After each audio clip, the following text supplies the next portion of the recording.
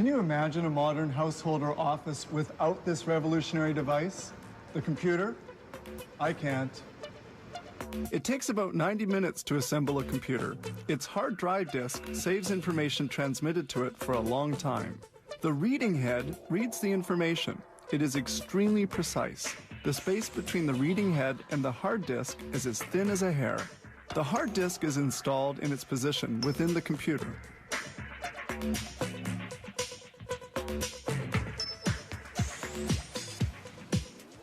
There are two other units which safeguard information: the removable 3-inch disc reader and the CD-ROM reader, which allows for the reading and execution of programs recorded on compact discs.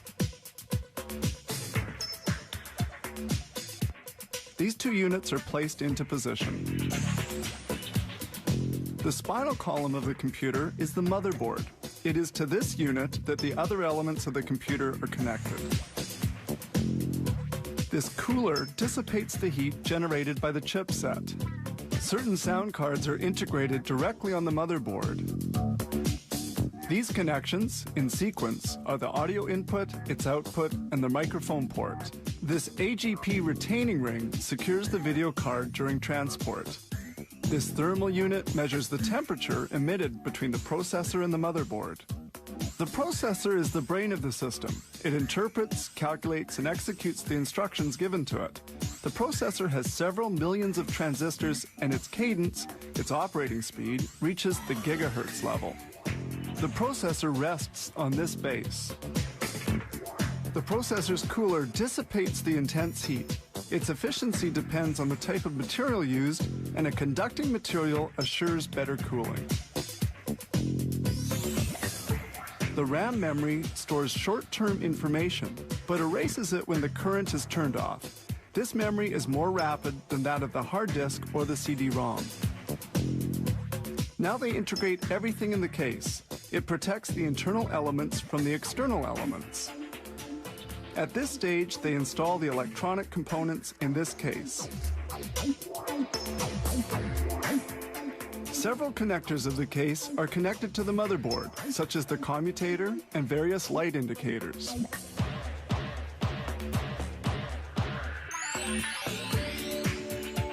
This is the output connection for the video card, which links the computer to the monitor. We also see the video chip, which creates images in 2 and 3 dimensions. Here is the video memory. The more its capacity is increased, the clearer will be the image displayed on the monitor. The video card is placed into its position.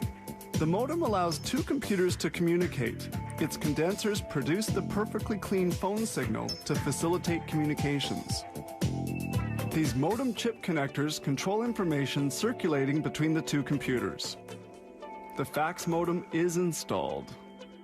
The power supply transforms electricity according to the voltage required by the different components.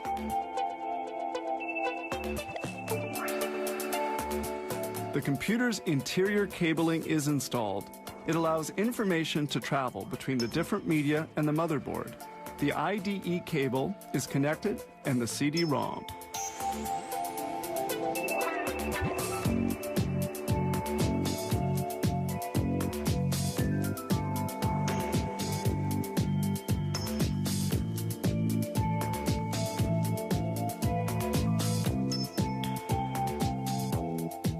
The last electrical wires are connected to different computer components.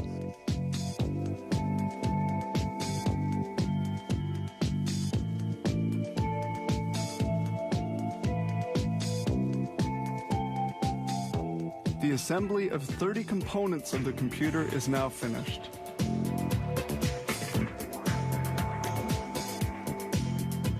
Just before closing the case, they test each computer to verify the good functioning of the peripherals. Then they close up and proceed to packaging.